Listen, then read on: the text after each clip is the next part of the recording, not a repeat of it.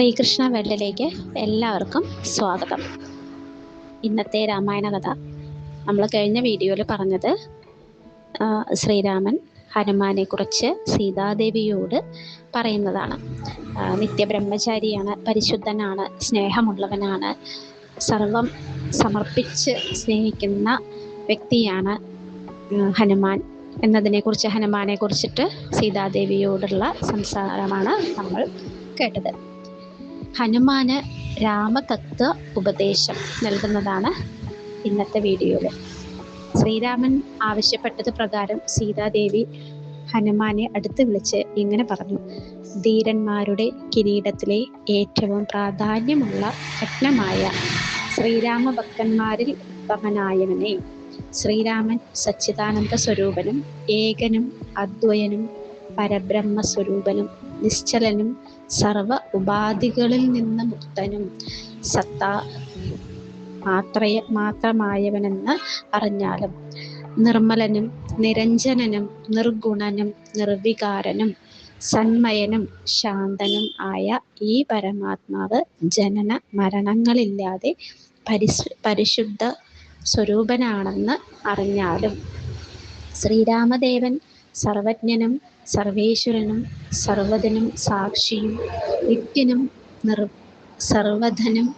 സർവ്വതിനും ആധാരനും സർവദേവതാ സ്വരൂപനും നിർവികാരാത്മാവുമാണെന്ന് അറിഞ്ഞാലും, എൻ്റെ തത്വവും ഞാൻ ഉള്ളതുപോലെ പറഞ്ഞിടാം. ഞാൻ മൂലപ്രകൃതിയാണ്. എൻ്റെ ഭർത്താവായ പരമാത്മാവിൻ്റെ സാന്നിധ്യം കൊണ്ട് ഞാൻ സൃഷ്ടി നടത്തുന്നു. ആ സാന്നിധ്യത്തിൽ ഞാൻ സൃഷ്ടിക്കുന്നവയെല്ലാം പരമാത്മസ്വരൂപമായി അറിവുള്ളവർ കാണുന്നു. പരമാത്മാവിന് ജനന മരണങ്ങൾ ഉണ്ടോ എന്ന് ബ്രഹ്മജ്ഞാനികൾക്കേ അറിയാൻ ആവൂ. സൂര്യവംശത്തിൽ അയോധ്യയിൽ സർവേശ്വരൻ രാമനായി അവതരിച്ചു. വിശ്വാമിത്ര മഹർഷിയുടെ കൂടെ രാക്ഷസന്മാരെ വധിക്കുവാനായി പോയി. വഴിയിൽ വെച്ച് കോപിച്ച് അടുത്ത തടാകയെ വധിച്ചു. വേഗത്തിൽ സന്തോഷത്തോടെ സിദ്ധാശ്രമത്തിൽ എത്തിയ യാഗരക്ഷ ചെയ്തു. തൻ്റെ ആഗ്രഹം സാധിപ്പിച്ചതിൽ സന്തുഷ്ടനായ വിശ്വാമിത്രനോടൊപ്പം മിഥിലയിലേക്ക് പുറപ്പെട്ടു. വഴിമധ്യേ ഗൗതാശ്രമത്തിൽ എത്തി അഹല്യാദേവിക്ക് ശാപമോക്ഷം നൽകി. ദേവിയെ അനുഗ്രഹിച്ചതിന് ശേഷം യാത്ര തുടർന്നു. ശൈവശാപം മുറിച്ച് എന്നെ പാണിഗ്രഹണം ചെയ്ത് അയോധ്യയിലേക്ക് പോകുന്ന വഴിക്ക് കോപത്തോടെ മുന്നിലെത്തിയ പരശുരാമന്റെ അഹങ്കാരം ശമിപ്പിച്ചു. അയോധ്യയിലെത്തി 12 വർഷം സുഖമായി ജീവിച്ചു. അച്ഛൻ രാജാഭിഷേകത്തിന് ഒരുങ്ങിയപ്പോൾ കൈകേയി മാതാവ് അത് മുടക്കി.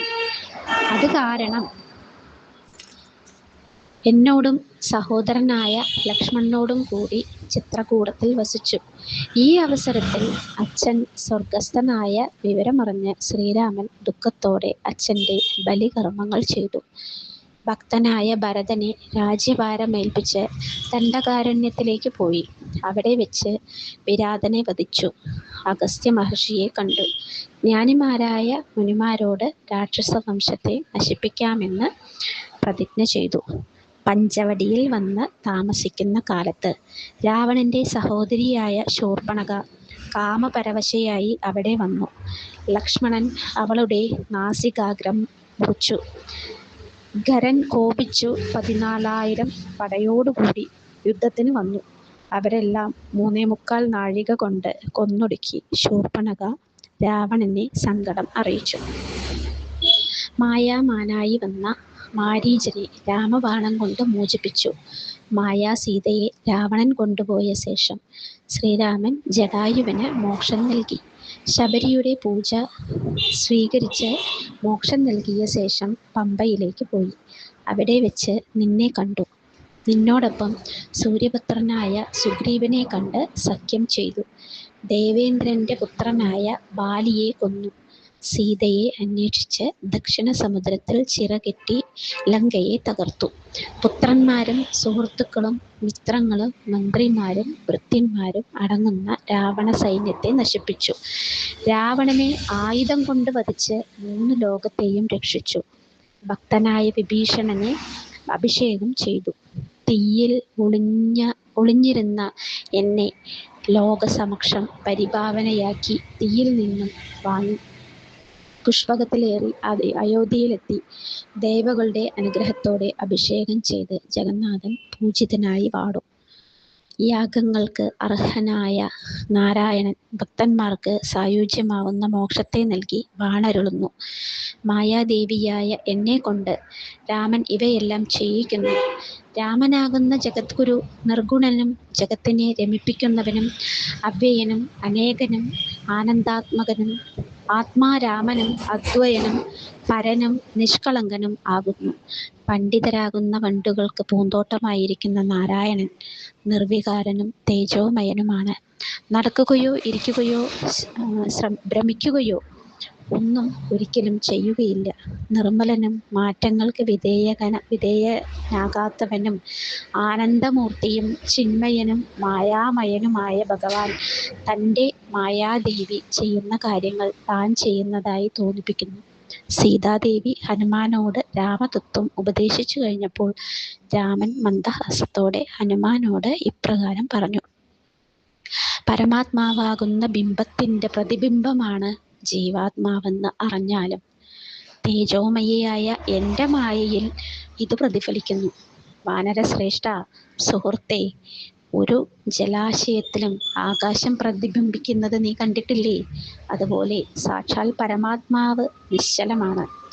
തത്വമസി തുടങ്ങിയ മഹാവാക്യങ്ങളെ കൊണ്ട് ആചാര്യന്മാരുടെ കാരുണ്യത്താൽ എൻ്റെ തത്വം മനസ്സിലാക്കാം. എന്നിൽ ഭക്തനായുള്ളവൻ ഇത് മനസ്സിലാക്കുമ്പോൾ ഞാനായിത്തീരും തീർച്ച. ഭക്തിയില്ലാത്തവർ ശാസ്ത്രഗർത്തങ്ങളിൽ വീണു മോഹല്യാസപ്പെടുന്നു. ഭക്തിഹീനന്മാർക്ക് 100,000 ജന്മം കൊണ്ട് പോലും തത്വജ്ഞാനവും കൈവല്യവും സിദ്ധിക്കുകയില്ല. പരമാത്മാവായ എൻ്റെ ഈ രഹസ്യം ഭക്തിഹീനന്മാരായവരെ കൊണ്ട് ഒരിക്കലും പറയരുതടോ. ഇതിനു മീതെ ശ്രേഷ്ഠമായ ഉപദേശമൊന്നുമില്ല. ശ്രീ മഹാദേവൻ മഹാദേവിയോട് പറഞ്ഞു.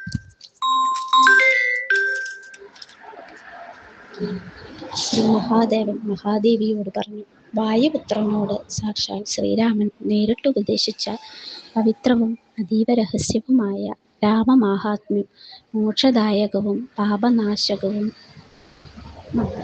ഹൃദ്യവും ആനന്ദദായകവും സർവവേദാന്തങ്ങളുടെ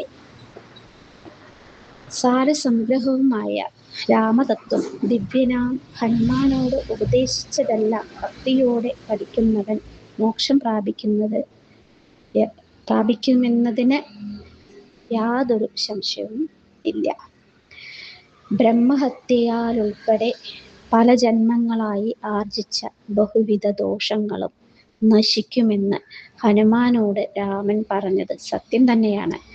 ജാതിയിൽ നിന്ദിതൻ, പരസ്ത്രീയെയും ധനത്തെയും അപഹരിച്ചവൻ, പാപി അമ്മയെയും അച്ഛനെയും കൊന്നവൻ, ബ്രഹ്മഹത്യ ചെയ്തവൻ, യോഗികളെ ദ്രോഹിച്ചവൻ, സ്വർണം മോഷ്ടിച്ചവൻ, ദുഷ്ടൻ, ഇങ്ങനെ ലോകനിന്ദിതനാണെങ്കിലും അവൻ ഭക്തിയോടെ രാമനാമം ജപിച്ചാൽ ദേവകളാൽ സന്തോഷത്തോടെ പൂജിക്കപ്പെടും. മാത്രമല്ല യോഗവര്യന്മാർക്ക് പോലും ലഭ്യമല്ലാത്ത വിഷ്ണുലോകം പ്രാപിച്ചിടുമെന്നതിന് സംശയമില്ല. ഇങ്ങനെ മഹാദേവൻ അരുൾ ചെയ്ത് കേട്ട് വളരെ ഭക്തിയോടെ ദേവി പറഞ്ഞു: മംഗളാത്മാവേ, എൻ്റെ നാഥ, ലോകനാഥ, ഗംഗാകാമുക, പരമേശ്വര, ദയാനിധോ, നാഗഭൂഷണ, ഞാൻ അനുഗ്രഹീതയായി ധന്യയും കൃതാർത്ഥയും സ്വസ്ഥയും അങ്ങയുടെ അനുഗ്രഹത്താൽ എൻ്റെ സംശയങ്ങളെല്ലാം തീർന്നു, ആഗ്രഹങ്ങളെല്ലാം നശിച്ചിരിക്കുന്നു. നിർമ്മലമായ രാമതത്വാത്മകമാകുന്ന രസായനം അങ്ങയുടെ മുഖത്തു നിന്നും എത്ര സേവിച്ചാലും എനിക്ക് തൃപ്തി ആവുകയില്ല. അതുകൊണ്ട് ഞാൻ ഒരു കാര്യം പറയുന്നുണ്ട്. അങ്ങ് ചുരുക്കി പറഞ്ഞത് മതിയാവുകയില്ല. സമയത്തെ നിസ്സാരമായി കാണുന്നവർക്ക് വിദ്യയുണ്ടാവില്ല. ചെറിയ നാണയങ്ങളെ നിസ്സാരമായി കാണുന്നവർക്ക് ധനമുണ്ടാവുകയില്ല. ദേവന്മാരെ അവഗണിക്കുന്നവർക്ക് ഗതിയുണ്ടാവില്ല. സാക്ഷാൽ ശ്രീനാരായണന്റെ മഹാത്മ്യങ്ങളായ ഉത്തമവും മനോഹരവുമായ രാമചരിതം മടികൂടാതെ വിസ്തരിച്ച് അരുളി ചെയ്താലും. ഈശ്വരിയുടെ ചോദ്യം ഇങ്ങനെ കേട്ടപ്പോൾ ഈശ്വരനും ദേവനും പരമേശ്വരനും മഹേശ്വരനുമായ ശ്രേഷ്ഠനായ ചന്ദ്രശേഖരൻ സുന്ദരി കേട്ടുകൊള്ളൂ എന്ന് പറഞ്ഞു. ബ്രഹ്മാവ് പണ്ട് 100 കോടി ഗ്രന്ഥങ്ങളിലായി വേദസമാനമായ രാമായണം വിസ്തരിച്ചെഴുതി. വാൽമീകി അത് ബ്രഹ്മാവിന്റെ നിർദ്ദേശപ്രകാരം 24,000 ശ്ലോകങ്ങളാക്കി മനുഷ്യന് മുക്തി ലഭിക്കാനായി രചിച്ചു. പഴയ കാലത്ത് രാമദേവനത് ചുരുക്കി നമുക്ക് ഉപദേശിച്ചു തന്നു. അധ്യാത്മരാമായണം എന്ന പേരുള്ള ഇത് പഠിക്കുന്നവർക്ക് അധ്യാത്മജ്ഞാനം ഉണ്ടാകും. പുത്രസമ്പത്ത്, ധന ഐശ്വര്യം, ദീർഘായുസ്, സുഹൃത്ത് സമ്പത്ത്, കീർത്തി, രോഗശാന്തി തുടങ്ങിയവയും ഉണ്ടാകും. ഭക്തി വർദ്ധിക്കുകയും മുക്തി ലഭിക്കുകയും ചെയ്യും. അതീവ രഹസ്യമാണെങ്കിലും നീ അത് കേട്ടുകൊള്ളുക. ശ്രീരാമജയം. അടുത്ത കഥ അടുത്ത വീഡിയോയിൽ.